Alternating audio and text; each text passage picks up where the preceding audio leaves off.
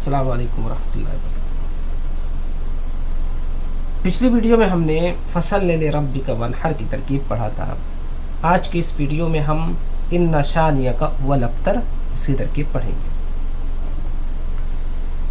اس کے اندر ان حرف مشبہ بالفعل ہے، اور آپ کو یہ بات معلوم ہے کہ جب بھی حروف مشبہ بالفعل آئیں گے تو اس کے بعد اس کا اسم اور اس کی خبر ضرور رہے گی۔ تو دیکھتے ہیں اس کا اسم اور اس کی خبر کہاں ہے۔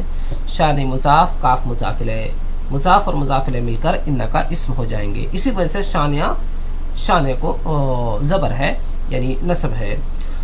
ہوا ضمیر فصل ہے۔ ضمیر فصل کیا ہوتی ہے؟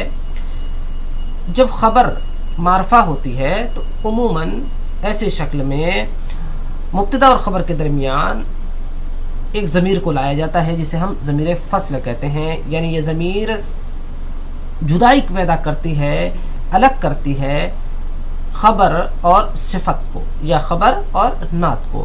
چونکہ خبر معرفہ ہونے کی صورت میں یہ شک ہو سکتا ہے کہ یہ صفت تو نہیں ہے، نعت تو نہیں ہے، تو ہوا ضمیر فصل مناسب ہے وہاں پہ لائی گئی ہے۔ وہ یہ بتاتی ہے کہ یہ بات میں جو معرفہ آپ کو لفظ نظر آ رہا ہے وہ صفت نہیں ہے بلکہ خبر ہے۔ اس کی مثالیں بہت ساری آپ کو قرآن میں اور بھی مل جائیں گی، جیسے کنت انت الرقیب علیہم ہے، اولئک ھم المفلحون ہے۔ اس کے بعد الابتر ان کی خبر ہے، پھر ان اپنے اسم و خبر سے مل کر جملہ اسمیہ ہو جائے گا۔